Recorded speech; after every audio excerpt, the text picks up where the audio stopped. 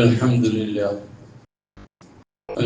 لله نحمده ونستعينه ونؤمن به ونتوكل عليه ونعوذ بالله من شرور أنفسنا ومن سيئات أعمالنا من يهده الله فلا مضل له ومن يضلل فلا هادي له وأشهد أن لا إله إلا الله وحده لا شريك له وأشهد أن محمدا عبده ورسوله أرسله بالهدى ودين الحق ليظهره على الدين كله ولو كره المشركون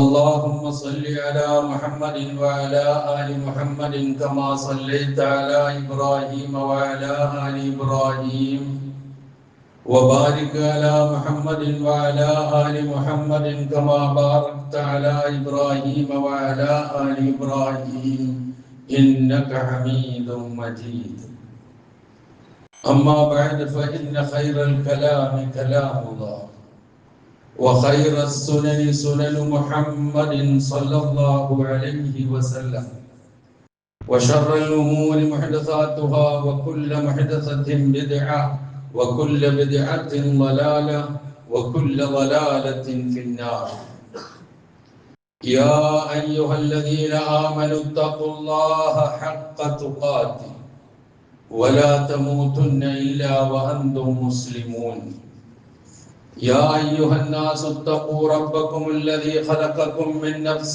واحدة وخلق منها زوجها وبث منهما رجالا كثيرا ونساء واتقوا الله الذي تساءلون به والأرحام إن الله كان عليكم رقيبا يا أيها الذين آمنوا اتقوا الله وقولوا قولا سديدا يصلح لكم أعمالكم ويغفر لكم ذنوبكم ومن يطع الله ورسوله فقد فاز فوزا عظيما أعوذ بالله من الشيطان الرجيم بسم الله الرحمن الرحيم ألم تر أن الله أنزل من السماء ماء فأخرجنا به ثمرات مختلفا ألوانها ومن الجبال جدد بيض وحمر مختلف ألوانها وغرابيب سود ومن الناس والدواب والأنعام مختلف ألوانه كذلك إنما يخشى الله من عباده العلماء إن الله عزيز غفور സഹോദരന്മാരെ സഹോദരികളെ, ജീവിതത്തിന്റെ എല്ലാ മേഖലകളിലും റഹ്മാനായ റബ്ബിന്റെ നിയമനിർദ്ദേശങ്ങൾ പാലിച്ചുകൊണ്ട് ജീവിക്കുവാനും കുറ്റമറ്റ തഖ്വയിൽ അധിഷ്ഠിതമായ ജീവിതം നയിക്കുവാനും കൽപ്പിക്കപ്പെട്ടവരാണ് ഞാനും നിങ്ങളും എന്ന് ഓർമ്മിപ്പിക്കുന്നു. നാം ഏവരെയും അല്ലാഹു സുബ്ഹാനഹു വ തആല മുത്തഖിയും മുവഹ്ഹിദുമായി ജീവിച്ചു മരിക്കുവാൻ അനുഗ്രഹിക്കുമാറാകട്ടെ എന്ന് പ്രാർത്ഥിക്കുകയും ചെയ്യുന്നു. സൂറത്തുൽ ഫാത്തിർ 35-ാമത്തെ അധ്യായം, അതിലെ 2 വചനങ്ങളാണ് ഞാൻ ഓതിക്കേൾപ്പിച്ചത്. അലം തറ, നീ കണ്ടില്ലേ, അന്നല്ലാഹ അൻസല മിനസ് സമാഇ മാഅൻ, തീർച്ചയായും അല്ലാഹു സുബ്ഹാനഹു വ തആല ആകാശത്ത് നിന്ന് വെള്ളം, മഴ വർഷിപ്പിക്കുന്നത് നീ കണ്ടിട്ടില്ലേ. ഫഅഖ്റജ്നാ ബിഹി, അതിലൂടെ, അത് മൂലം, അത് മുഖേന, സമറാത്തിൻ മുഖ്തലിഫൻ അൽവാനുഹ, വ്യത്യസ്തങ്ങളായ ഫലവർഗങ്ങൾ നാം ഉൽപ്പാദിപ്പിക്കുകയും ചെയ്തു തരുന്നത് കണ്ടില്ലേ. വമിനൽ ജിബാലി,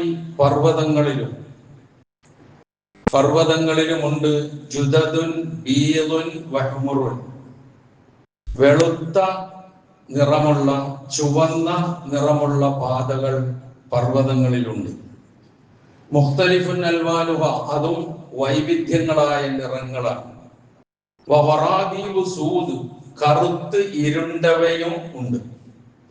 വമിനന്നാസി, ജനങ്ങളിലും, വദ്ദവാബി, മൃഗങ്ങളിലും, വല്ലൻആമി, നാൽക്കാലികളിലുമുണ്ട്.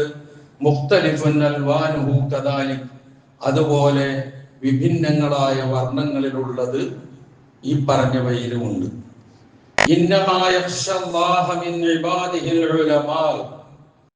അള്ളാഹുവിന്റെ ദാസന്മാരിൽ നിന്ന് അറിവുള്ളവർ മാത്രമേ അള്ളാഹുവിനെ ഭയപ്പെടുകയുള്ളൂ.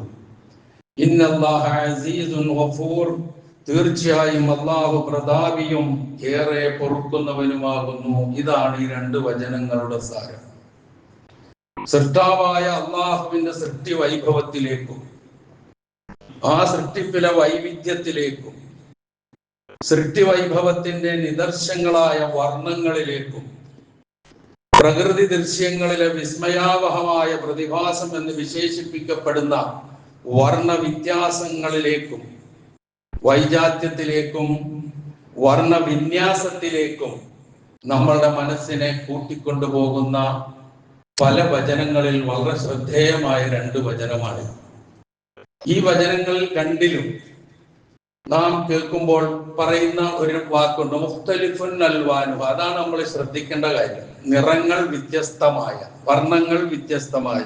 അത് സമുദ്രത്തെ കുറിച്ച് പറഞ്ഞപ്പോൾ അല്ല, പർവ്വതത്തെ കുറിച്ച് പറഞ്ഞപ്പോൾ പറഞ്ഞു. പിന്നെ ഭൂമിയിൽ വെള്ളം വർഷിച്ച് അതിൽ നിന്നുണ്ടാകുന്ന കായികനികളെ കുറിച്ച് പറഞ്ഞപ്പോൾ അതേ വാക്ക് പ്രയോഗിച്ചു. അതുപോലെ തന്നെ മനുഷ്യരെ കുറിച്ച് പറഞ്ഞു, മൃഗങ്ങളെ കുറിച്ച് പറഞ്ഞു, നാൽക്കാലികളെ കുറിച്ച് പറഞ്ഞു. ഇവളൊക്കെ പറഞ്ഞു കഴിഞ്ഞതിന് ശേഷം ഒരു തത്വം അള്ളാഹു പഠിപ്പിക്കുകയാണ്. ഇതൊക്കെ അറിയണം, മനസ്സിലാക്കണം. അങ്ങനെ അറിവുള്ളവർ അതിലൂടെ ചെയ്യുന്നത് അള്ളാഹുവിനെ ഭയപ്പെടുകയാണ്. ഇതാണ് ഈ വചനത്തിന്റെ ഒരു സന്ദേശം. മൊത്തം രത്ന ചുരുക്കം അതാണെന്ന് നമുക്ക് പറയാം.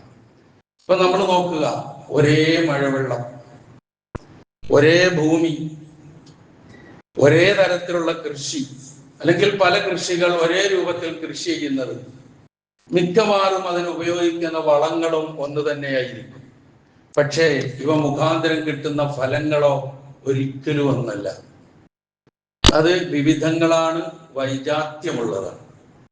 ഇപ്പൊ നമുക്ക് മലയാളികളെ സംബന്ധിച്ചിടത്തോളം ഏറ്റവും ഇഷ്ടമുള്ള ഒന്നാണല്ലോ മാമ്പഴം എന്ന് പറയുന്നത്. അത് മാത്രം നമ്മൾ എടുത്തൊന്ന് നോക്കിയാൽ മതി. ഓരോന്നിന്റെ നിറം, ഓരോന്നിന്റെ ഗുണം, ഓരോന്നിന്റെ മണം, ഓരോന്നിന്റെ വലിപ്പം, ആകൃതി ഒക്കെ വ്യത്യാസമാണ്.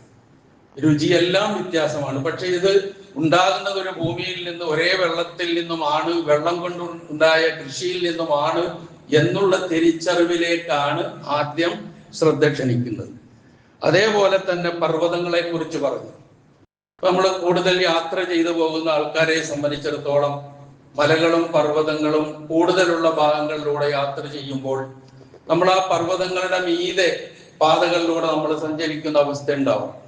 അല്ലെങ്കിൽ സഞ്ചരിക്കാൻ വേണ്ടി നമ്മൾ പോകാറുണ്ട്, അതിന് പറ്റിയ വാഹനങ്ങളൊക്കെ ഉപയോഗപ്പെടുത്തിക്കൊണ്ട്.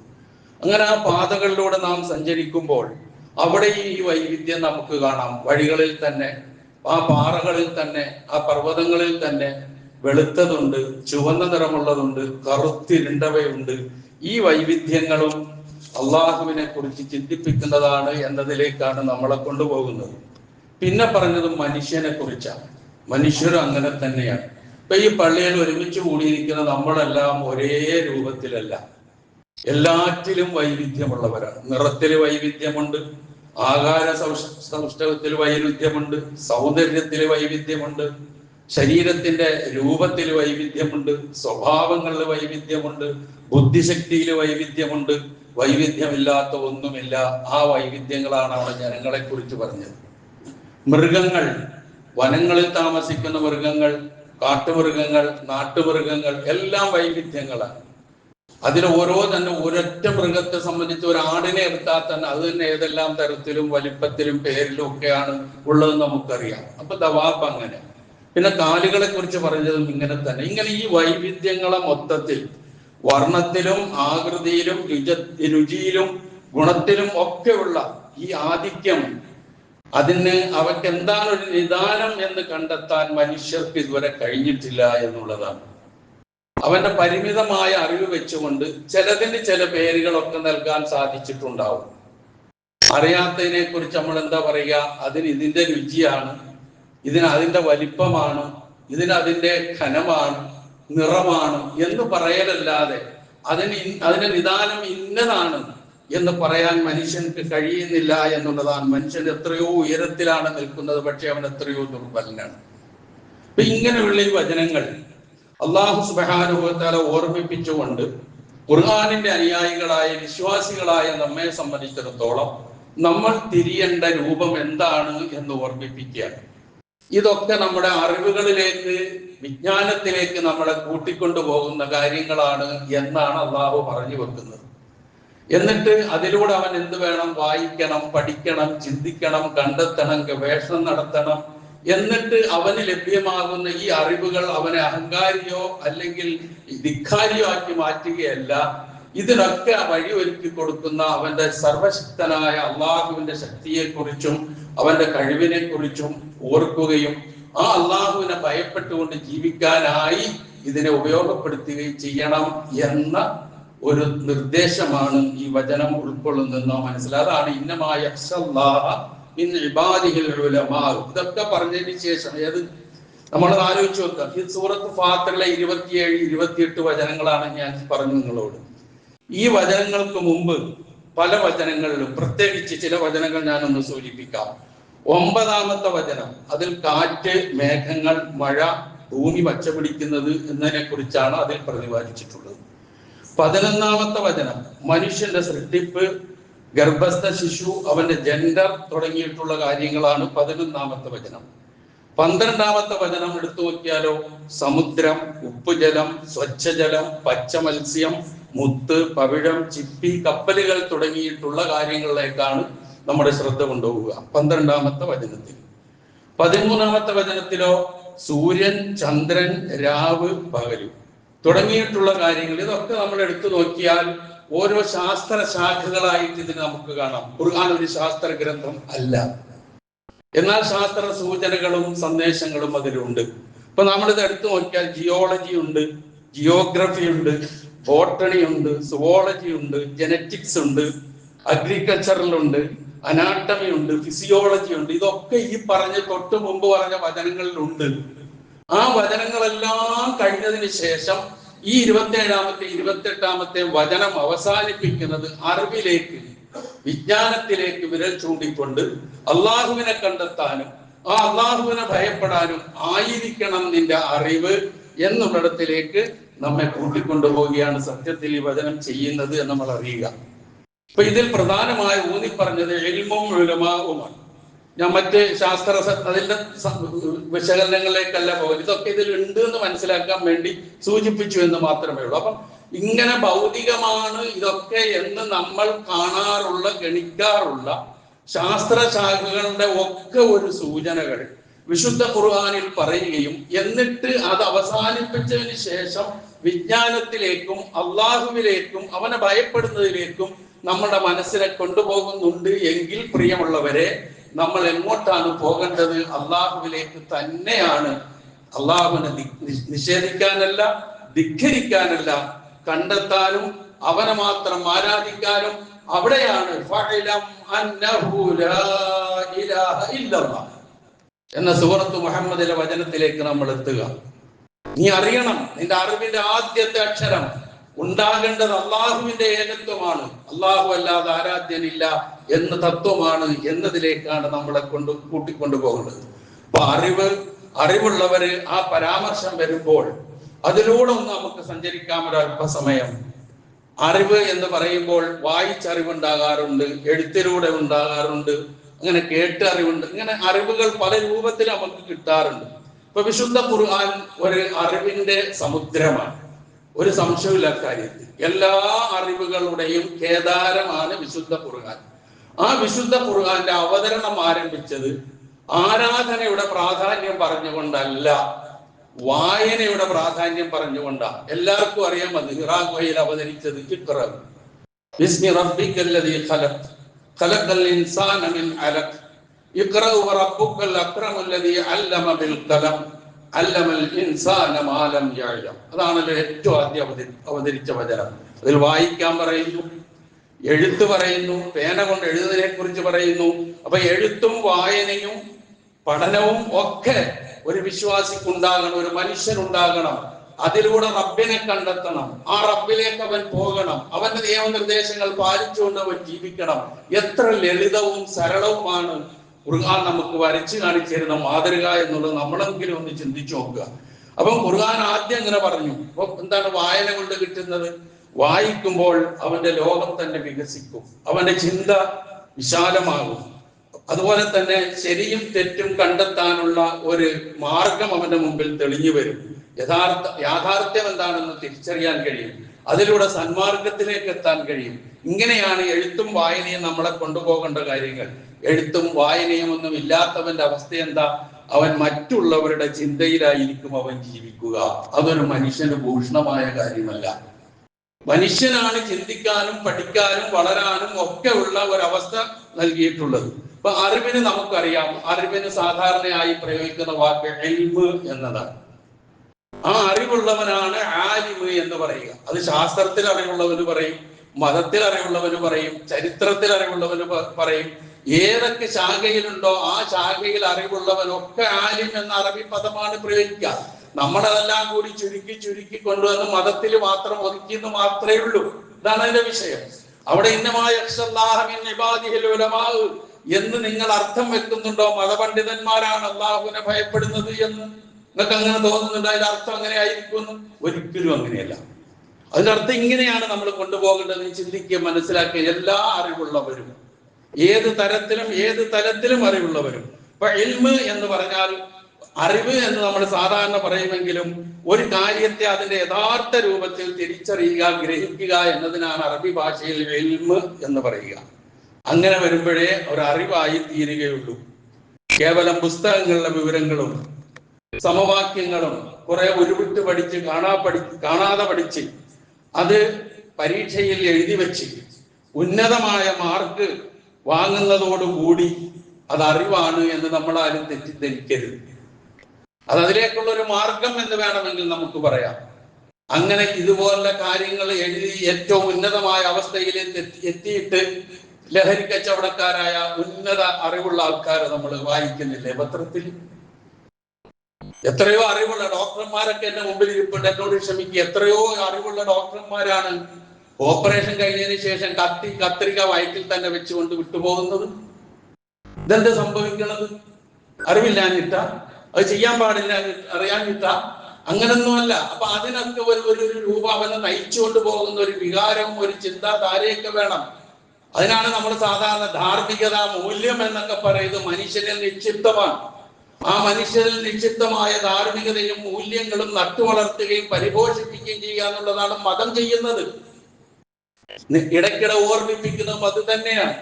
അതിൽ നിന്ന് ശ്രദ്ധ തെറ്റിപ്പോവുകയും സ്വാർത്ഥതയും സമ്പത്തിനോട് താല്പര്യം ഉണ്ടാകുമ്പോൾ ചെയ്തു കൂട്ടുന്ന എന്തൊക്കെയാണെന്ന് അവന് തന്നെ അറിയാൻ കഴിയില്ല. ഇൽമ് എന്ന് പറഞ്ഞാൽ അതാണ്. അപ്പം ഇങ്ങനെ കുറെ അറിവ് ഉണ്ടാക്കി എഴുതി പാസ്സാവുക, തലച്ചോറിലേക്ക് കുറെ കാര്യങ്ങൾ കുത്തി നിറയ്ക്കുക എന്നുള്ളതല്ല. മറിച്ച് മനുഷ്യന്റെ ഹൃദയത്തെ ശുദ്ധീകരിക്കുക. മനുഷ്യന്റെ ഹൃദയത്തെ ശുദ്ധീകരിക്കുകയും അവനിൽ നല്ല സ്വഭാവം രൂപപ്പെടുത്തുകയും എല്ലാ നിലയിലും എ മുതൽ Z വരെ എല്ലാ അർത്ഥത്തിലും മനസാ വാച കർമ്മണ ഒരു നല്ല മനുഷ്യനെ സൃഷ്ടിക്കുക എന്നുള്ളതാണ് വിദ്യാഭ്യാസത്തിന്റെ അറിവുണ്ടാകുന്നതിന്റെ ലക്ഷ്യം. ഏക ലക്ഷ്യം അതാ.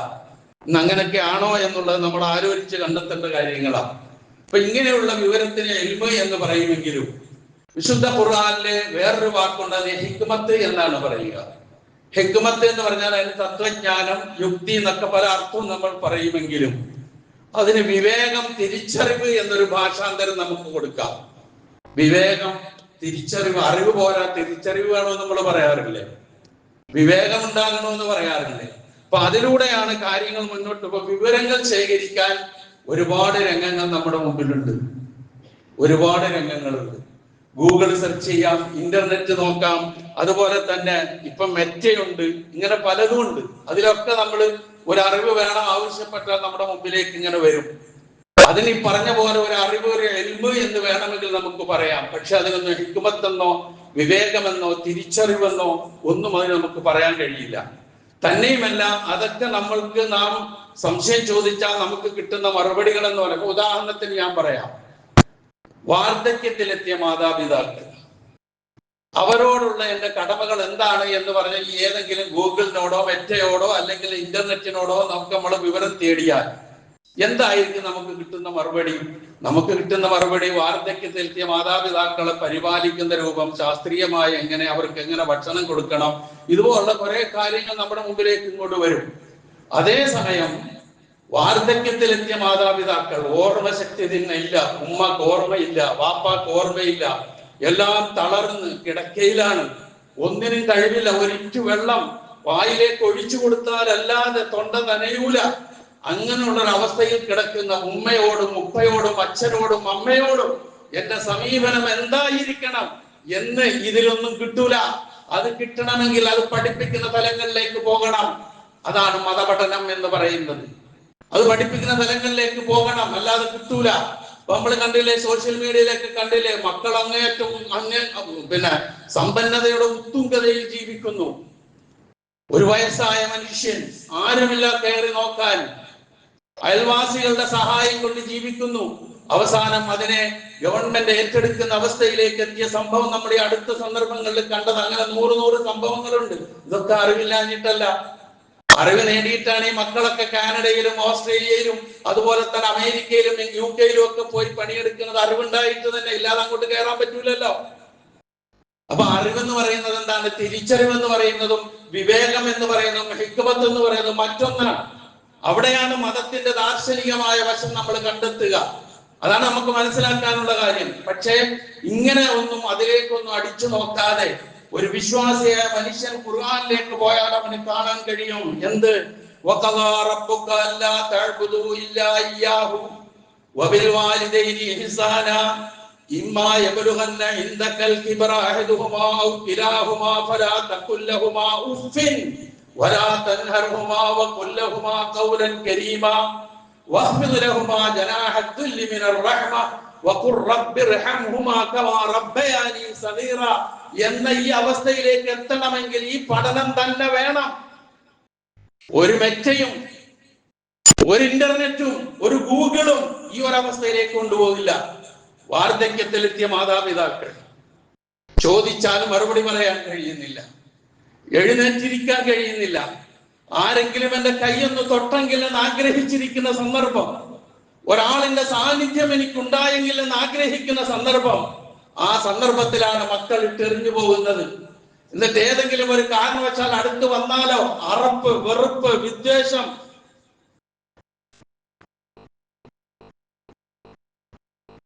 എങ്ങനെ സാധിക്കും ഇതിന്? എങ്ങനെ കഴിയും മക്കൾക്കിതിന്? വാപ്പയും ഉമ്മയും ഇവന്റെ ചെറുപ്പത്തിൽ ഇതേപോലെ അകറ്റി നിർത്തിയിരുന്നുവെങ്കിൽ ഇവനാകുമായിരുന്നുവോ? ഇല്ല.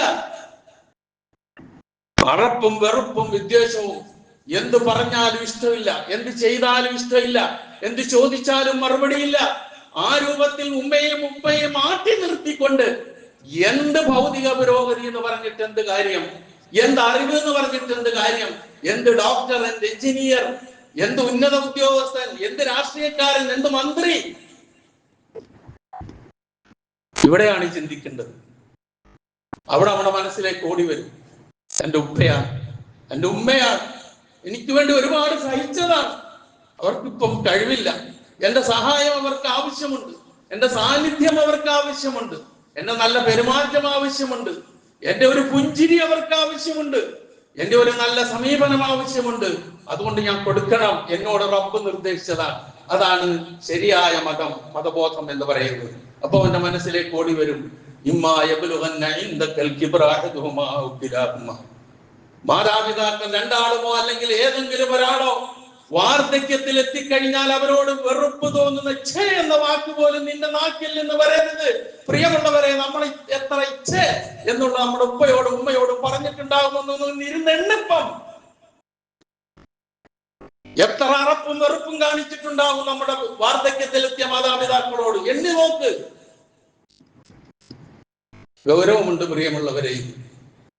അറിവ് എന്ന് പറയുന്ന മനുഷ്യനെ മനുഷ്യനാക്കി കൊണ്ടുപോകാനുള്ളതാണ് നമ്മൾ തിരിച്ചറിയണം. അപ്പൊ ഇതിനൊക്കെയാണ് നമ്മൾ സാധാരണ മതപഠനം എന്ന് പറയാറുള്ളത്. അപ്പൊ നമ്മുടെ തലയിലേക്ക് ഓടി വരും പഠനം അല്ലെങ്കിൽ വിദ്യാഭ്യാസം 2 തരം. ഒന്ന് ഭൗതികം, മറ്റൊന്ന് ആത്മീയം. ആരെ ഇങ്ങനെ വേർതിരിച്ച വിജ്ഞാനത്തെ? പാശ്ചാത്യരല്ലാതാര നമ്മളെ അങ്ങോട്ട് പറഞ്ഞുകൊണ്ട് കിടക്കുകയാണ് ഇപ്പോഴും. സത്യത്തിൽ വിജ്ഞാനം എന്ന് പറയുന്നത് രണ്ടും പരസ്പര പൂരകങ്ങളാണ്.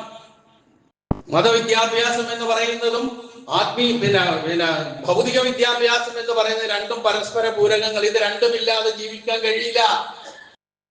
ഇനി ഏതെങ്കിലും ഒന്ന് ഒഴിവാക്കേണ്ടി വന്നാൽ നമ്മൾ നമ്മുടെ മക്കൾക്ക് എന്താ ഒഴിവാക്കുക? മതം ഒഴിവാക്കും, മതപഠനം ഒഴിവാക്കും, മറ്റേത് കൃത്യമായി കൊടുക്കും. വേണ്ടാന്ന് ഞാൻ പറയുന്നില്ല, കൊടുത്തേ പറ്റൂ. 3 പ്രാവശ്യം ഞാൻ പറയാം, കൊടുത്തേ പറ്റൂ, ഒരു സംശയമില്ല. പക്ഷെ ഇത് തഴയരുത്. ഇത് തഴഞ്ഞാലുള്ള അപകടം വളരെ വലുതാണ്. അതാണ് ഇന്ന് അഭിമുഖീകരിച്ചുകൊണ്ടിരിക്കുന്ന പല പ്രശ്നങ്ങളും. ഇവിടെയാണ് ഇത് രണ്ടും. ഒന്നാൽ നമുക്ക് 2 കണ്ണുണ്ടെങ്കിലേ ശരിയായ കാഴ്ച ഒരേപോലെ മുന്നോട്ട് കൊണ്ടുപോകാൻ കഴിയുകയുള്ളൂ. അപ്പൊ ഈ 2 കണ്ണും വേണം. ഒന്നടച്ചു പിടിച്ചാൽ ആ ഭാഗം ഒന്നും ഉണ്ടാവില്ല, ഇരുട്ടായിരിക്കും. 2ഉം വേണം. ഒരു ലക്ഷ്യത്തിലേക്കാണ് പറന്നു വരുന്നത്. ഒരു ലക്ഷ്യത്തിലേക്ക് പറന്നു വരണമെങ്കിൽ 2 ചിറകും ഒരുപോലെ പ്രവർത്തിക്കണം. ഒരു ചിറക് ദുർബലമായി പോയാൽ ഉദ്ദേശത്തെത്തൂല. അതുകൊണ്ടാണ് അങ്ങനെ വേർതിരിവില്ലാത്ത നിലയിൽ മക്കൾക്ക് ഇതെല്ലാം നൽകണം എന്ന് മതം പഠിപ്പിച്ചത്. നമ്മളങ്ങോട്ട് വേർതിരിച്ച് ഭൗതികം അതങ്ങോട്ട് പോയിക്കോട്ടെ, ആത്മീയ അല്ലെങ്കിൽ മതപരം അത് ഇങ്ങോട്ടും പോയിക്കോട്ടെ, വേണമെങ്കിൽ വേണ്ട, വേണമെങ്കിൽ വേണം, ഇങ്ങനെയുള്ള ചിന്ത. ഇത് 2 കൂടി കിട്ടാൻ കഴിയുന്ന നിലയിലുള്ള വിദ്യാഭ്യാസ സമ്പ്രദായമോ അതൊക്കെ നമുക്ക് തലയിൽ കയറിയല്ല, നമുക്ക് ഇഷ്ടമല്ല. ഇപ്പൊ അറബിക് കോളേജുകളുണ്ട് നമ്മുടെ നാട്ടിൽ. ഈ കേരളത്തിലെ അറബിക് കോളേജുകൾ ഉണ്ടാക്കിയ മാറ്റം ആർക്കറിയാം? നമ്മളിൽ ആ അറബിക് കോളേജുകൾ പഠിച്ചവരാരും ഈ ഭൗതിക ജീവിതത്തിൽ പുറന്തള്ളപ്പെട്ടിട്ടില്ല. അവർ മുന്നിൽ തന്നെ നിന്നിട്ടുള്ളൂ, ഇപ്പോഴും അങ്ങനെ തന്നെ നിൽക്കുന്നുള്ളൂ. ഗവൺമെന്റ് ജോലിക്കൊന്നും അവരെ തടയപ്പെടുന്നില്ല. എന്തെല്ലാം സാധ്യതകളുണ്ട്, അനന്തമായ സാധ്യതകളുണ്ട് അറബി പഠിക്കുന്നതിലൂടെ. അറബിക് കോളേജുകൾ പഠിക്കും. അപ്പം അറബിക് കോളേജ് എന്ന് പറഞ്ഞാൽ നമുക്കൊരു 2ാം കണ്ണാണ്. അറബിക് കോളേജുകൾ നടത്തുന്നവർക്കും ഇല്ല താല്പര്യം, പഠിപ്പിക്കുന്നവർക്കും ഇല്ല താല്പര്യം, പഠിക്കുന്നവർക്കും ഇല്ല താല്പര്യം. അതങ്ങനെ അങ്ങോട്ട് പോവുക. 2ഉം കൂടി ലഭിക്കുന്ന ഒന്നാണ് എന്ന് പറഞ്ഞാൽ നമുക്കത് ഉൾക്കൊള്ളാൻ കഴിയുകയില്ല. ഇങ്ങനെ നമ്മളിങ്ങനെ പോവുകയാണ് മുമ്പോട്ട്. പക്ഷേ നമ്മൾ ഒരുപാട് കാര്യങ്ങളെ കുറിച്ച് നമ്മൾ പറയും, ഇതിന്റെ പ്രാധാന്യമൊക്കെ മനസ്സിലാക്കുമ്പോൾ ഞാൻ 1-2 ഉദ്ധരണികൾ നിങ്ങളുടെ ശ്രദ്ധയിൽ കൊണ്ടുവരട്ടെ. മഹാനായ അഹ്മദ് ബിൻ ഹംബൽ റഹിമഹുല്ലാഹ് വിജ്ഞാനത്തിന്റെ ഗൗരവത്തെക്കുറിച്ച്, ആവശ്യകതയെക്കുറിച്ച്, അതിന്റെ പ്രാധാന്യത്തെക്കുറിച്ച് അദ്ദേഹം പറയുന്ന ഒരു വാചകമുണ്ട്.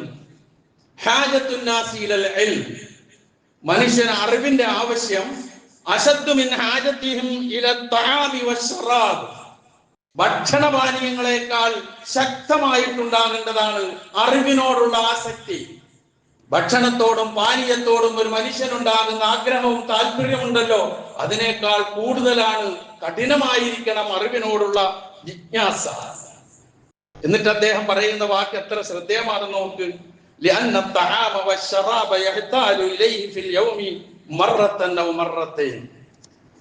ഒരു മനുഷ്യനെ സംബന്ധിച്ചിടത്തോളം ഭക്ഷണവും പാനീയവും ദിവസത്തിൽ 1-2 പ്രാവശ്യം മതിയാവും. 24 മണിക്കൂർ തിന്നുകൊണ്ടിരിക്കലില്ലല്ലോ. വിശപ്പും ഒക്കെ കഴിക്കണം. അപ്പൊ ഏറിയാൽ 1-2 തവണ മാത്രം മതി. വിജ്ഞാനമോ അറിവിനോടുള്ള അവന്റെ ആവശ്യകത അത് അവന്റെ ഓരോ ശ്വാസോച്ഛ്വാസത്തിനും ആവശ്യമാണ് അറിവ്. ഇമാം അഹ്മദ് ബിൻ ഹംബൽ അറിവിനെ കുറിച്ച് ഇങ്ങനെ ഒരുപാട് ഉദ്ധരണികളുണ്ട്, അതിലേക്കൊന്നും ഞാൻ കടന്നു പോകുന്നില്ല. അപ്പൊ ഇങ്ങനെ അതുകൊണ്ടാണ് അറിവിനെ കുറിച്ച് പൂർവികന്മാർ അത്രമാത്രം ബദ്ധശ്രദ്ധരായത്. ഇന്ന് നമുക്ക് ഗവേഷകന്മാരുണ്ടോ? മുസ്ലിം നാമധാരികൾ ശാസ്ത്രജ്ഞന്മാരുണ്ടോ? രംഗത്ത് വരുന്നുണ്ടോ? ചിന്തിക്കാവുന്നതാണ്. ഇവിടെ ഒരുപാട് വിദ്യാഭ്യാസ രംഗത്ത് പ്രവർത്തിക്കുന്ന ഒരുപാട് ആൾക്കാർ എന്റെ മുമ്പിൽ ഇരിപ്പുണ്ട്. അങ്ങനെ ഒരു ശാസ്ത്രശാഖ കണ്ടെത്താനും അതിലൂടെ സഞ്ചരിക്കാനും. ഇപ്പൊ നമ്മുടെ കുട്ടികളൊക്കെ +2 അല്ലെങ്കിൽ വൊക്കേഷണൽ ഹയർ സെക്കൻഡറിക്കൊക്കെ പഠിക്കുന്ന കുട്ടികൾ, SSLCക്കൊക്കെ പഠിക്കുന്ന കുട്ടികൾ, അവരുടെ ശാസ്ത്രമേളയ്ക്കൊക്കെ അവർ കണ്ടുപിടിക്കുന്ന ഗവേഷണങ്ങളായി കണ്ടുപിടിക്കുന്ന ഒരുപാട് കാര്യങ്ങളുണ്ട്. ആ കാര്യങ്ങൾ കണ്ടുപിടിച്ച കുട്ടികളെ കണ്ടെത്തി അതിലൂടെ ഒരു മുസ്ലിം കുട്ടി ഉണ്ടെങ്കിൽ അതിനെ പരിപോഷിപ്പിച്ച് ആ രംഗത്തേക്ക് കൊണ്ടുവരാൻ നമ്മളിൽ എത്ര പേര് ശ്രമിക്കാറുണ്ട്? ആലോചിച്ച് നോക്കണം നമ്മൾ ഓരോരുത്തരും നമ്മളെ ഈ അവസ്ഥയെ കുറിച്ച്. പക്ഷേ ലോകത്തിന് ശാസ്ത്രശാഖകൾ സംഭാവന നൽകിയത് പൂർവികന്മാരായ മുസ്ലിം പണ്ഡിതന്മാരാണ് എന്നുള്ളത് മറന്നു പോകരുത് ഞാനും നിങ്ങളും. അപ്പൊ എന്റെ ഉപ്പുപ്പാക്ക് ഒരു ആനുണ്ടായിരുന്നു എന്ന് പറഞ്ഞ മനോഭാവം പോരാ. ആനപ്പുറത്തിരുന്നതിന്റെ തഴമ്പ് തട്ടി നോക്കിയിട്ടും കാര്യമില്ല. പുതിയ ആനകളെ കണ്ടെത്താനും അതിന്റെ പുറത്ത് കയറാനും കഴിയണം. അപ്പോഴാണ് മാറ്റങ്ങൾ ഉണ്ടാവുക. നിങ്ങൾ നോക്ക്, ഇപ്പൊ ലോകത്തിന് ആൾജിബ്ര എന്ന് പറയുന്ന ഗണിതശാസ്ത്ര ശാഖ ആരാണ് സംഭാവന നൽകിയത്? അതിന് ഏറ്റവും വലിയൊരു ഗണിതശാസ്ത്ര ശാഖയാണ്. അതിന് രൂപം നൽകിയത് അൽ ഖുവാരിസ്മി എന്ന് പറയുന്ന പണ്ഡിതനാണ്.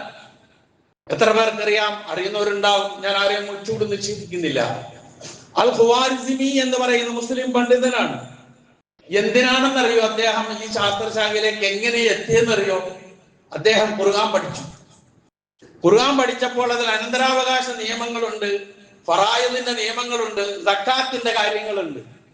അപ്പൊ സക്കാത്ത് കൊടുക്കുന്നതിനെ കുറിച്ചുള്ള കണക്ക് കണ്ടെത്താൻ, അനന്തരാവകാശ നിയമങ്ങൾ കുറ്റമറ്റ നിലയിൽ നടപ്പിലാക്കാൻ വേണ്ടിയുള്ള ഗവേഷണങ്ങളുടെയും നിരീക്ഷണങ്ങളുടെയും പരീക്ഷണങ്ങളുടെയും പഠനത്തിന്റെയും പരിണിതഫലമായി അദ്ദേഹം എത്തിച്ചേർന്ന ശാസ്ത്രശാഖയാണ് ഈ പറയുന്ന ആൾജിബ്ര. ഖുർആൻ പഠിച്ചതാണ്, അതിലൂടെ എത്തിയത് ആൾജിബ്രയിലേക്ക്. അതൊരു ശാസ്ത്രശാഖയാണ്. നമ്മുടെ കുട്ടികളൊക്കെ ആൾജിബ്ര പഠിക്കുന്നില്ലേ ഗണിതശാസ്ത്രത്തിൽ?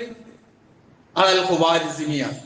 അതുപോലെ തന്നെ യൂറോപ്പിലെ മെഡിക്കൽ കോളേജുകളിൽ നൂറ്റാണ്ടുകളോളം പ്രധാന പാഠപുസ്തകമായി പഠിപ്പിച്ചിരുന്ന കാനൺ ഓഫ് മെഡിസിൻ അഥവാ അൽ ഖാനൂൻ ഫി തിബ് എന്ന അറബി ഭാഷയിൽ പറയുന്ന, ഇന്നും വൈദ്യശാസ്ത്ര രംഗത്ത് ഒരു റഫറൻസ് ഗ്രന്ഥത്തിന്റെ ആയി ഉപയോഗിക്കുന്ന ഗ്രന്ഥത്തിന്റെ രചയിതാവാര അവിസന്ന എന്ന് നമ്മൾ പറയും. ഇബ്നു സീനാ എന്ന് അറബിയിൽ പറയും. ആരാണ് ഇബ്നു സീനാ? ഇബ്നു സീനാ 10ാമത്തെ വയസ്സിൽ ഖുർആൻ മുഴുവൻ മനഃപ്പാഠമാക്കിയ മഹാനായ ദാർശനികനും പണ്ഡിതനുമാണ്. 10 വയസ്സിൽ ഖുർആൻ മുഴുവൻ ഹിഫ്ളാക്കിയ. ഇന്ന് ഖുർആൻ ഹിഫ്ളാക്കി അങ്ങോട്ട് പോകും. വേറൊരു ശാസ്ത്രശാഖയിലേക്കൊന്നും അവൻ കടന്നുപോല. അവൻ ഖുർആൻ പഠിച്ചവനല്ലേ, അങ്ങനെ പോയിക്കോട്ടെ, അവനും ഇല്ല വില. ഖൈറുക്കും മൻ തഅല്ലമൽ ഖുർആന വഅല്ലമ, നിങ്ങളിൽ ഉത്തമൻ ഖുർആൻ പഠിച്ചവനും അത് പഠിപ്പിക്കുന്നവനുമാണ്. ആര് കൊടുക്കാറുണ്ട് വില? ഈ 10ാം വയസ്സിൽ ഖുർആൻ മുഴുവൻ മനഃപ്പാഠമാക്കിയ ഇബ്നു സീനയാണ് ഖാനൂനു തിബ്ബിന്റെ, കാനൺ ഓഫ് മെഡിസിന്റെ ഉപജ്ഞാതാവ്. ആലോചിച്ച് നോക്ക്, നമുക്കിത് പറയാനല്ലാതെ വല്ലതും കഴിയോ? ഏതൊക്കെയോ ഉന്നതമായ കലാലയങ്ങൾ പഠിക്കുന്ന പലരും ഇല്ലേ? അതുപോലെ തന്നെ ആധുനിക രസതന്ത്രത്തിന്റെ പിതാവ്, ഫാദർ ഓഫ് കെമിസ്ട്രി ആരാണ്? ജാബിർ ബിൻ ഹയ്യാൻ എന്ന് പറയുന്ന മുസ്ലിം പണ്ഡിതനാണ്, ദാർശനികനാണ്. അതാണ് ഞാൻ ചോദിച്ചത്, നമ്മിൽ എത്ര പേർക്ക് അറിയാമെന്ന് ഞാൻ ചോദിച്ചതാ. ഇത് കാണുന്നവരും പഠിക്കുന്നവരും ഒക്കെ ഉണ്ടാകാം, ഇല്ല എന്ന് ഞാൻ പറയുന്നില്ല. ഇനി നോക്കാം, ഇന്ന് ലോകത്ത് ഒരുപാട് യൂണിവേഴ്സിറ്റികളുണ്ട്, ജാമ്യങ്ങളുണ്ട്, സർവകലാശാലകളുണ്ട്. ഇന്ത്യയിലുണ്ട്, കേരളത്തിലുണ്ട്, ലോകത്തെമ്പാടുമുണ്ട്. ലോകത്ത് ഏറ്റവും ആദ്യമായി സ്ഥാപിക്കപ്പെട്ട 2 യൂണിവേഴ്സിറ്റികൾ, ഒന്ന് മൊറോക്കോയിലെ ഖറവിയ്യീൻ എന്ന് പറയുന്ന യൂണിവേഴ്സിറ്റിയാണ്. അത് സ്ഥാപിച്ചത് എന്താണെന്ന് അറിയുമോ? ക്രിസ്തു വർഷം 859 അഥവാ ഹിജ്റ 2ാം വർഷം 245ാം വർഷം രൂപീകരിച്ചതാണ്. രൂപീകരിച്ചത് ആരാണെന്നറിയോ? ഒരു മുസ്ലിം സ്ത്രീയാണ്. ആ സ്ത്രീയുടെ പേര് ഫാത്തിമത്തുൽ ഫിഹിരി എന്നാണ്. അപ്പൊ ഫാത്തിമത്തുൽ ഫിഹിരി എന്ന് പറയുന്ന ഒരു വനിതയാണ് മൊറോക്കോയിൽ ആദ്യമായി ഒരു യൂണിവേഴ്സിറ്റി സ്ഥാപിച്ചത്. നമ്മുടെ സ്ത്രീകളൊക്കെ എങ്ങോട്ടാ പോണത്? ആലോചിക്കണം നമ്മൾ ഓരോരുത്തരും. രണ്ടാമത്തത് അൽ അസ്ഹറാണ്. അസ്ഹർ എവിടെയാണ് നിങ്ങൾക്കൊക്കെ അറിയാം? ഈജിപ്തിലാണ്, മിസ്റിലാണ്. ആ അസ്ഹർ, ഇപ്പൊ അസ്ഹറിൽ പോയി നമുക്കൊക്കെ കണ്ടവർക്കൊക്കെ അറിയാം. അതിന്റെ ഉള്ളിൽ വിശാലമായ പള്ളി ഇപ്പോഴും ഉണ്ട്.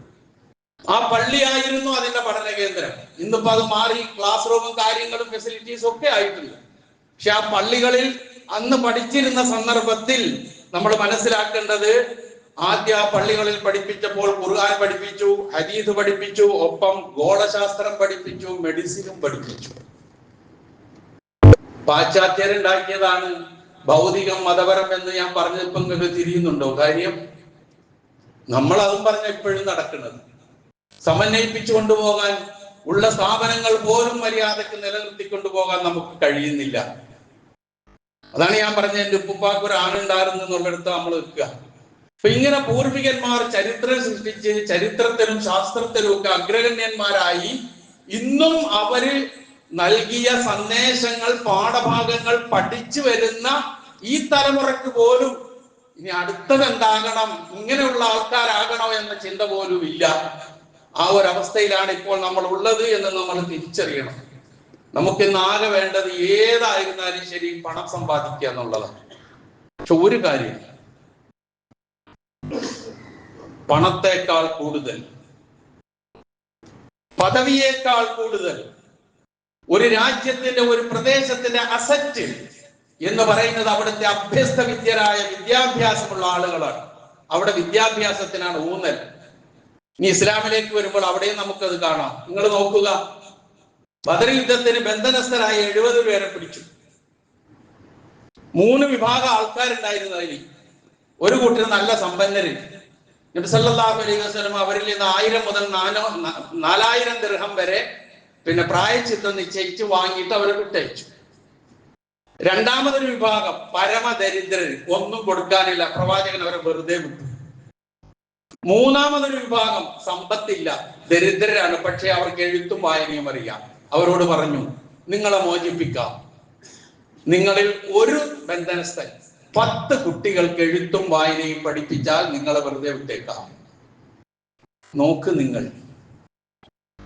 ലോക ചരിത്രത്തിൽ പ്രായച്ചിത്തമായി, ഫിദിയയായി സമ്പത്തിന് പകരം വിജ്ഞാനം പകർന്നു കൊടുക്കാൻ നിർദ്ദേശിച്ച ഒരേ ഒരു ചരിത്രം മുഹമ്മദ് മുസ്തഫ റസൂൽ കരീം സല്ലല്ലാഹു അലൈഹി വസല്ലമയുടെ ചരിത്രമാണ്. അതിന്റെ പിൻഗാമികളാണ് നമ്മൾ. അപ്പൊ ഊന്നൽ കൊടുക്കേണ്ടത് എന്തിനാണ് എന്ന് നാം തിരിച്ചറിയണം, മനസ്സിലാക്കണം. ഈ വിശുദ്ധ ഖുർആനിലെ ഈ വചനങ്ങൾ ഈ പ്രപഞ്ചത്തിലെ മുഴുവൻ വൈജാത്യങ്ങളും വർണ്ണങ്ങളിലെ വിഭിന്നതകളും എല്ലാം കണ്ടും പഠിച്ചും മനസ്സിലാക്കിയും വിജ്ഞാനത്തിലേക്ക് എത്താനും ആ വിജ്ഞാനം പകർന്നുകൊണ്ട് നേടിയെടുത്തുകൊണ്ട് അള്ളാഹുവിനെ ഭയപ്പെട്ടുകൊണ്ട് ജീവിക്കാനുമുള്ള സന്ദേശമാണ് നൽകുന്നത്. ഇപ്പൊ നമ്മുടെ സ്കൂളുകളും കോളേജുകളും അതുപോലെ തന്നെ മദ്രസകളും ഒക്കെ തുറന്ന് നമ്മുടെ മക്കളൊക്കെ വിദ്യാഭ്യാസത്തിലേക്ക് കടക്കുന്ന രംഗമാണ്. നമ്മുടെ മക്കളെ അടുത്ത തലമുറയിലെങ്കിലും ഈ പറയുന്നത് പോലെ നമ്മൾ പണ്ടുള്ള ആൾക്കാർ ഇരുന്ന അതിന്റെ തഴമ്പ് തപ്പി നടക്കാനല്ല നോക്കേണ്ടത്, മറിച്ച് പുതിയ തഴമ്പുകൾ കണ്ടെത്താൻ അടുത്ത തലമുറയിലൂടെ എനിക്ക് എന്ത് ചെയ്യാൻ കഴിയുമെന്ന് ഓരോരുത്തരും ബോധമുള്ളവർ ഇതിനെക്കുറിച്ച് ചിന്തിക്കണം എന്ന് മാത്രം ഈ ഖുർആന്റെ സന്ദേശം നിങ്ങളുടെ മുമ്പാകെ വെച്ചുകൊണ്ട് ഉണർത്തുകയാണ്. അല്ലാഹു സുബ്ഹാനഹു വ തആല അതിന് നമുക്ക് ഏവർക്കും തൗഫീഖ് നൽകുമാറാകട്ടെ.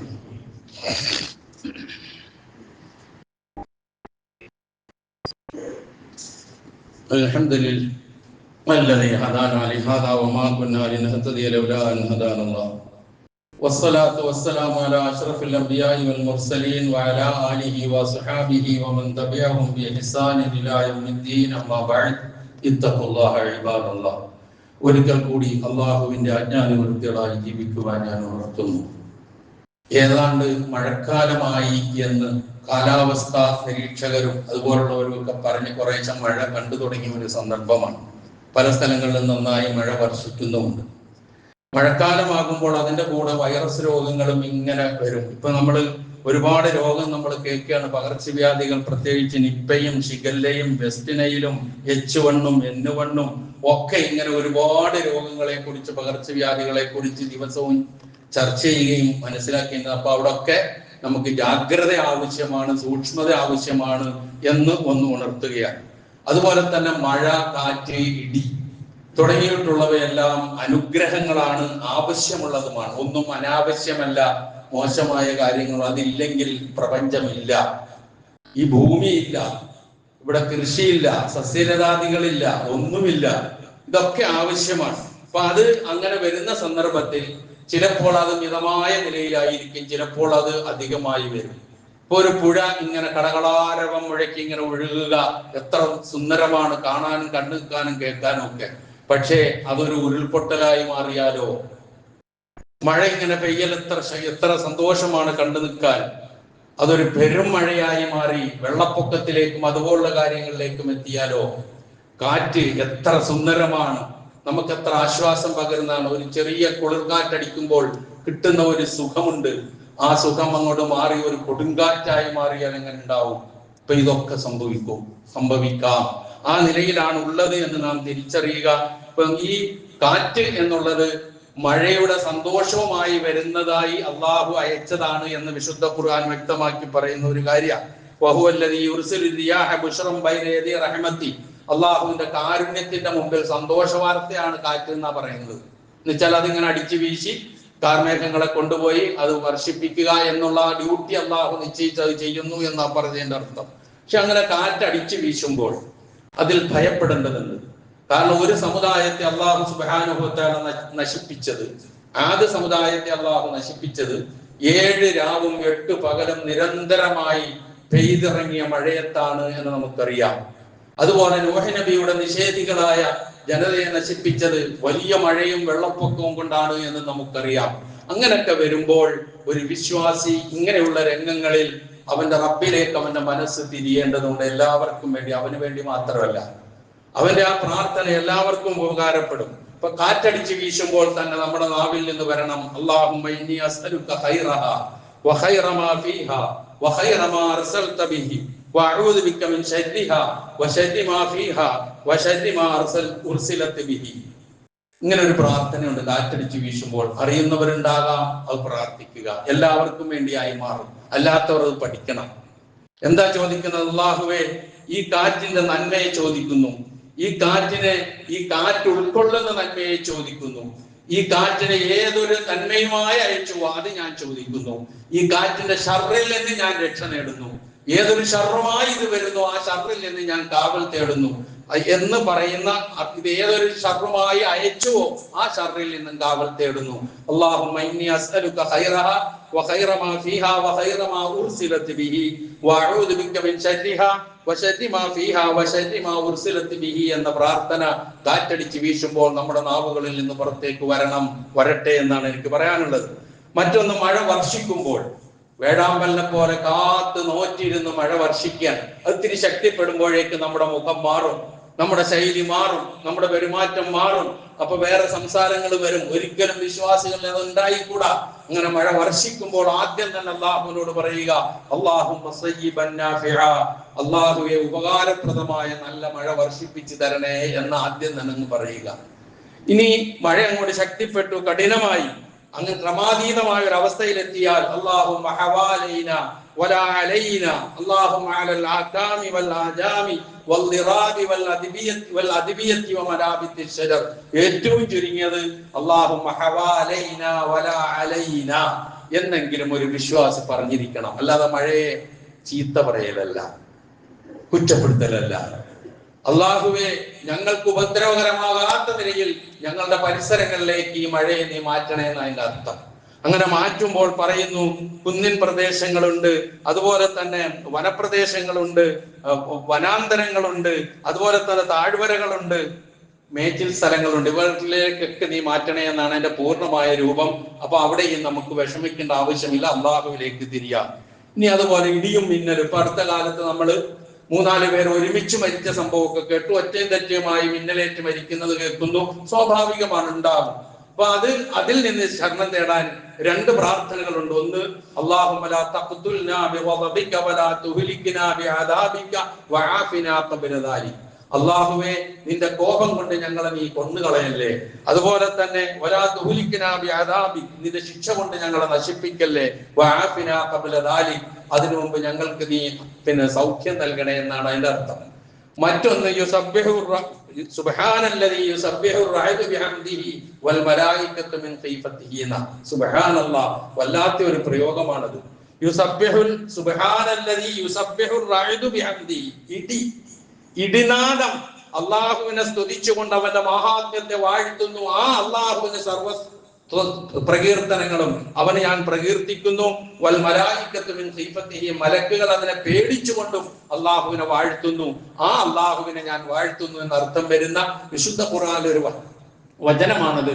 ഇങ്ങനെയുള്ള പ്രാർത്ഥനകളാണ് ഈ ഉള്ള സന്ദർഭങ്ങളിൽ നമ്മൾ പഠിക്കേണ്ടതും ജീവിതത്തിൽ പകർത്തേണ്ടതും. അതിന് അല്ലാഹുവിന്റെ അനുഗ്രഹം എന്നുള്ള നിലയിൽ വരുന്ന കാര്യങ്ങളിൽ തന്നെ ചിലപ്പോൾ നമുക്ക് പ്രയാസങ്ങൾ ഉണ്ടായേക്കാം. ആ പ്രയാസങ്ങളിൽ നിന്ന് രക്ഷ നേടാനുള്ള മാർഗവും അല്ലാഹു സുബ്ഹാനഹു വ തആല പഠിപ്പിച്ചു തന്നിട്ടുണ്ട്. സാന്ദർഭികമായി മഴ ശക്തിപ്പെട്ടു വരുന്നു എന്നൊക്കെ പറയുന്ന ഒരു സന്ദർഭമായതുകൊണ്ട് ഒന്ന് ഓർമ്മിപ്പിച്ചു എന്ന് മാത്രം. പഠിക്കുക, ജീവിതത്തിൽ പകർത്തുക, എല്ലാ പ്രയാസങ്ങളും രക്ഷപ്പെടാൻ ശ്രമിക്കുക.